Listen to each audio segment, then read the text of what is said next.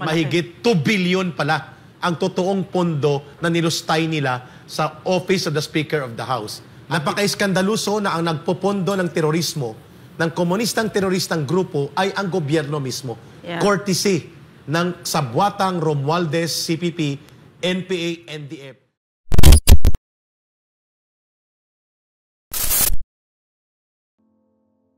Mainit na balita.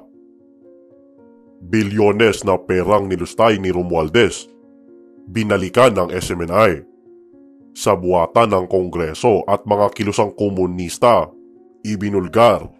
Sa kanilang bagong programa, ay muling binanatan ni Ka Eric at Doc Lorraine Badoy ng SMNI ang mga naging dahilan kung bakit nga ba pinag-iinitan sila ng mga nasa taas na tuluyan pang ang umabot sa pagbawi ng prangkisa ng kanilang network. Kabilang na nga rito ay ang mga anomalyang kinasasangkutan ni House Speaker Martin Romualdez na di umano'y umabot sa bilyones ang perang winaldas. Nagtanong tayo kung totoo ba na nagkaroon ng 1.8 billion pesos na travel expenses si Speaker Martin Romualdez. At ang tanong na yon... Bawal ba itanong yon, Eric? Yun ang unang tanong, ma'am. Bawal ba yon? Hindi yun bawal. Bawal kay Martin Romualdez sa kanya yun. Bawal. At doon nagsimula. Mukhang hari. Yes, hari parang si Martin hari. Romualdez. At doon nagsimula na kami po ay nagtanong dito sa SMNI. Mula doon, nakakita ng butas ang CPP, NPA, NDF. They brokered a tactical alliance with Speaker Martin Romualdez na nagkakaroon na ng political conflict sa mga Duterte na pinabayaan lang ni Bongbong Marcos Jr. na dapat siyang umayos dahil siya ang Pangulo ng bansa at puro niya ito mga kaalyado sa politika lalo na nung panahon ng eleksyon.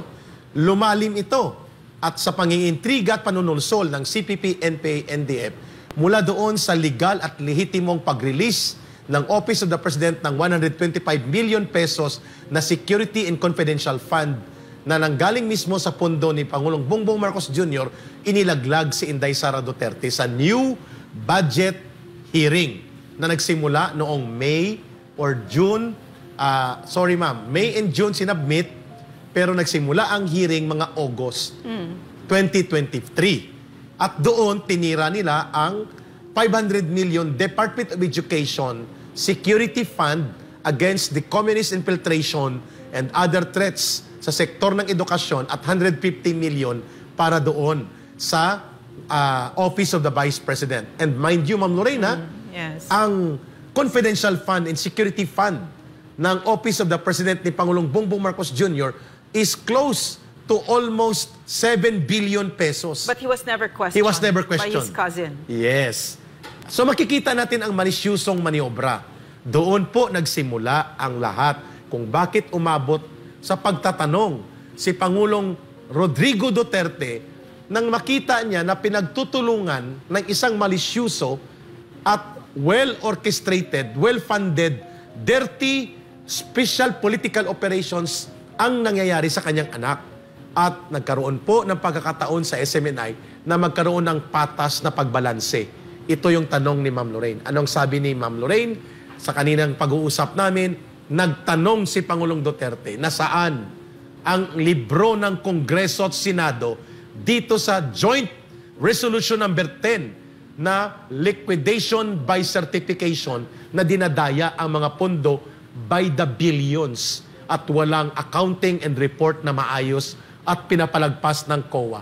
Dito nagsimula ang mga pagtatanong na yon, including ang 1.8 billion na tinanong natin na hindi pala kami nagkamali sa datos. Nagkamali lang kami sa mga figures, pero sa katotohanan kulang pa ang tinanong namin sapagkat mahigit 2 billion pala ang totoong pondo na nilustay nila sa Office of the Speaker of the House. At ito ang sinasabi nila na nagpi-fake news ang SMNI at nangre-red tag. Ma'am Lorraine? Nabanggit din ang pakikipagsabwatan sa mga kilusang makakaliwa na talagang makikinabang sa pagkawala ng SMNI dahil nga ay talagang tahasan itong binubulgar ang kanilang mga propagandang ikinukubli. Kabilang na nga dito ay ang pagpondo ng pera ni Romualdez di umano'y kanyang asawa para sa mga kilusang makakaliwa. Inuulit-ulit ito, no? Kasi matagal na nangyayari ito, no? Itong corruption na ito. At habang nandito tayo, no, tayo ang buhay ngayon dito sa kasaysayan ng mundo. Tama. Tayo ang buhay ngayon dito. At sandali lang tayo dito.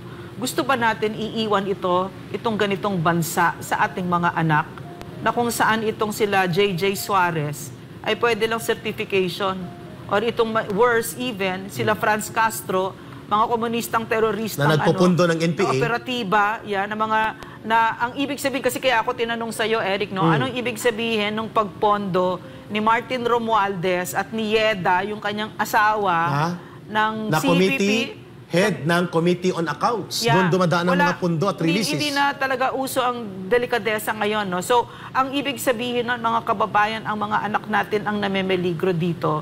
Kasi ang CPP, NPA, NDF, ang pinaka-target nila ay ang mga anak natin. Correct. Okay. Ibig sabihin, napaka-iskandaluso na ang nagpopondo ng terorismo, ng komunistang teroristang grupo, ay ang gobyerno mismo. Yeah. Courtesy ng sabwatang Romualdez, CPP, NPA, NDF. Itanggi man niya o hindi at pinapalusutan niya, ang katotohanan ay nasusukat at nakikita sa aktual na kaganapan. The problem right now, Eric, as I see it, the bigger problem, the primary problem is poor governance. Yes. At sumisingit lang at nakikisakay lang ito mga komunistang teroristang ito. Kasi nakikinabang sila. Nakikinabang sa sila. pundo Yes. at sa kapangyarihan na Yes. nai-enjoy nila. Yes, Correct yes. ka So dyan. ano yung ang nakikita nga natin ngayon, di ba? Ang naririnig natin, bilyon ang dina-download na pondo Yes. ni Martin Romualdez dito sa CPP party list na ito. Agree. No? At Grabe. yan ang himayin What does natin. that mean, Eric? What does it mean? Ang ibig sabihin yan po ay nagkakaroon ng malubha at malalim na pakikipagsabwatan ang isang seksyon ng liderato ng gobyerno sa ilalim ng administrasyon ni Pangulong Bongbong Marcos Jr., lalo na po ang House of Representatives, kung saan nandoon ang malalaking pondo at malalaking budget operation ng gagaling, na ang nakikinabang hindi lamang ang mga politikong ganid at sakim, kung hindi pati na ang kalaban ng gobyerno na mubudbudan sila And in ng mga fact, pundong ito. Yes, and in fact, no, Eric, no, they refuse to give an accounting, na ayaw nilang magbigay ng explanasyon na maayos. Tama. Itong skandalosong certification na ito, nakakahiya. Hindi nila, pero they still refuse to give the Filipino people an accounting. Binabaliwala nila. Correct. Among other things, no? Among Ma'am, other babalikan things, natin yes. yan kasi yan ang panawagan natin dito sa just governance, righteous governance, matuwid at matino at maayos na pamamahala, na tanggalin yung joint resolution ng Senate at House na liquidation by certification, ang joint resolution number 10. Hindi natin yan tatantanan sapagkat yan ay questionable, illegal, unconstitutional, at dapat tinatanggal yan dahil dyan nanggagaling ang kanilang panghuhut-hut ng pondo at kaba ng bayan na kawawang-kawawa ang sambayan ng Pilipino. Hindi din naiwasang mapag-usapan ang di umano'y labis-labis na paglabas ng mga ayuda sa pamamagitan ng iba't ibang programa na di umano'y gawa-gawa lamang kahit na hindi naman kailangan para lang hututan di umano ang kaba ng bayan at dinlangin at bilhin ang simpatya ng sambayanan. I spoke to some of our politicians na sobrang-sobra na daw ang pagbibigay ng ayuda. Buhos kung buhos daw. To the point na nag-iisip na sila kung ano-anong sektor para ma-justify yung ayuda. Di pa nga ubos yung first tranche, may second tranche na. Correct. Talagang sinusubuan nila yung mga tao ng ayuda. Yan po ang mga gawain na wala po kaming tutol sa ayuda. Kung ang layunin ay para maampat ang paghihirap at kakulangan sa buhay ng mamamayan. Pero kung ang ayuda ay ginagamit para lituhin, linlangin, at bilhin ang loyalty ng taong bayan sa isang proyektong nakakaduda ang direksyon, lalo na ang People's Initiative at ang pananatili sa poder, term extension, at ang kanilang pagkakaroon ng maniobra sa saligang batas, at para malito at malinlang ang taong bayan ay bubuhusan nila ng ayuda, yan po ay immoral.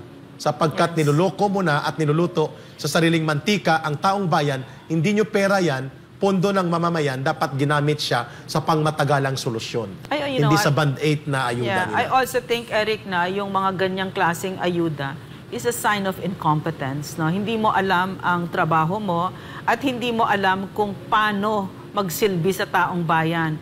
Correct. 500 billion para sa ayuda. How much did we spend for the pandemic? 230 billion. Kung alam mo, kung ikaw ay isang lingkod bayan na excellent executive ka, alam mo kung saan dadalhin yan para ang buong bansa ay aandar. Correct. Infrastructure. Modernization of agriculture. Yes, the modernization of agriculture. Diba? All of that. Marami. Schools, health centers, ibigay mo yan sa barangay development program at bubuti ang Pilipinas niyan. Pero sila, kasi ito mga politiko, napansin ko lang ito mga politiko na one trick ponies, ang alam lang nila puro pera, no? Bili ng mga boto, bili ng taong bayan. Yan din lang kasi ang kaya nilang, hindi talaga sila nagsisilbi, kaya hindi nila alam paano magsilbi sa taong bayan. Ito, magtatanong tayo, ma'am, may balita tayong natanggap. Yes. Na isang 3 kilometrong kalsada lang, 3.1 kilometers na kalsada, pinondohan ng mahigit 3 bilyon, 1 billion per kilometer. How much is it really? Kung ito ay totoo at naganap at we are getting records from DPWH na hindi nila dapat itago ito, nakakaduda ito kasi ang Barangay Development Program, road programs, ma'am, na 10 million is already can construct around 3 million. 3 kilometers na kalsada, 20 million. Pwede ka na mag-construct. Paano nagkaroon ng kalsada sa Leyte, diversion road daw ito, na nagtatanong ang taong bayan, o ipapatawag nyo naman ang Pilipinas nating mahal. Let's go. Wala nang kinalaman ng SMNI. Doon kami na lang ni Ma'am Lorraine ang ipapatawag nyo. Pero, questionably, sa distrito ni Martin Romualdez, 3 billion mahigit sa isang 3 kilometrong kalsada, yun po ang tinatawag nating iskandalusong mukha ng pangungurakot. Hindi natin sinasabi na kurakot si Martin Romualdez. Ang sinasabi natin, kung totoo ito ay mga apparent indicators and apparent pattern of corruption na ang kanyang pinapalabas, hindi lang ayuda, kung hindi pati na ang mga maanumaliyang mga kalsada. Yan po ang tanong ng taong bayan. So kung hindi mo gusto na tanungin ka, hindi ipaliwanag mo ito kung mali kami o hindi. Itong kumakalat ngayon sa social media na 3-kilometer road diversion project with 3 billion mahigit na pondo. Ma'am? Or baka Eric, si Pharaoh siya, papahuli.